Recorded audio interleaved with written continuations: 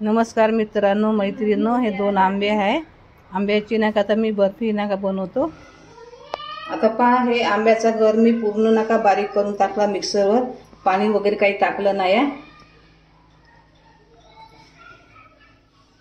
आता इथं टाकून राहिली कढईमध्ये. 1 वाटी आहे आंब्याचा गर.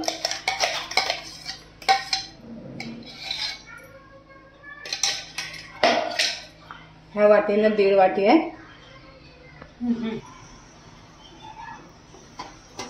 आता याला चांगलं असं नाही का गरम करायचं.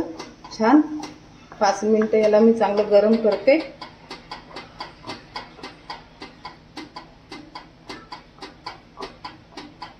आता 5 मिनिटं झाले. आता याच्यामध्ये मी नाही का साखर मिक्स करत आहे.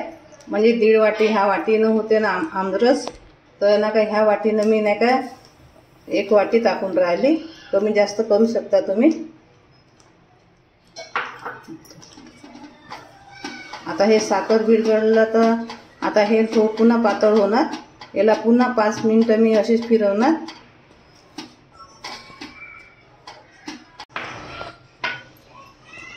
आपलं हे दूध पावडर आहे. आता 5 मिनिटं झाले. आता हे दूध पावडर मी 1/4 वाटी टाकून राहिली याच्यामध्ये. आता हे 5 मिनिटं छान मिक्स करून टाकते.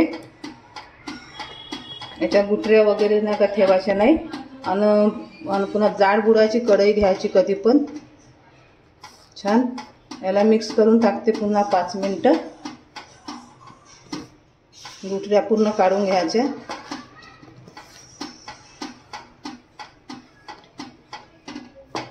झाले. आता नाही का याच्यामध्ये खोबरा किस टाकून राहिली 1/4 वाटी.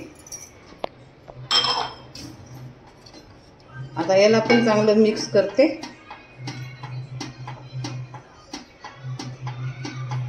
असं मिक्स करत करत जायचं छान. म्हणजे आपण आता आंब्याचा गर, साखर, दूध पावडर आणि खोबरा किस या 4 वस्तू फक्त वापरल्या आहे.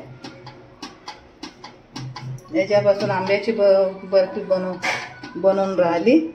आता याला चांगलं एकजीव करते. पुन्हा घट्ट गोळा करत याला पुन्हा 5-10 मिनिटं असंच करत राहते. पण गॅसपाशीच राहायचं. गॅसच्या नाका अलग बाहेर जायचं नाही. कारण हे थोडंसं विलायची पावडर टाकून राहिली.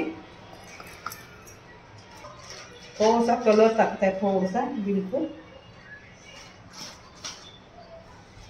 थोडंसं पिवळसर वाटून राहिलं म्हणून.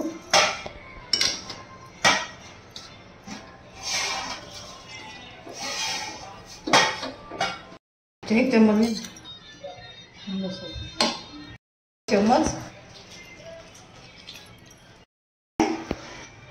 आता ताटाला नाही का आता तूप लावलं आहे ताटाला.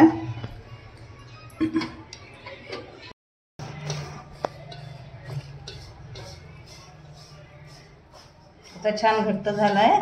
आता याला काढते. येतं ताटामध्ये तूप लावलं आहे.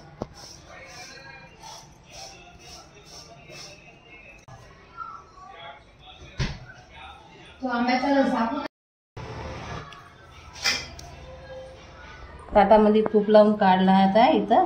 आता हे थंड झालं आहे. थंड झाल्यामुळे मी आता हातानं अशी करून राहिली. छान होते. आता याला थोडंसं पुन्हा थंड होऊ देते 1-2 तास. तुम्हाला वड्या पाडून दाखवते.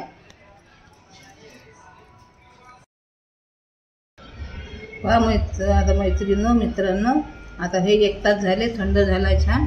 आता याला सड झाला. आता याचे काप करत आहे मी. असे काप करून राहिली मी, काढून राहिली. लवकर निघते सहजपर्यंत चांगले.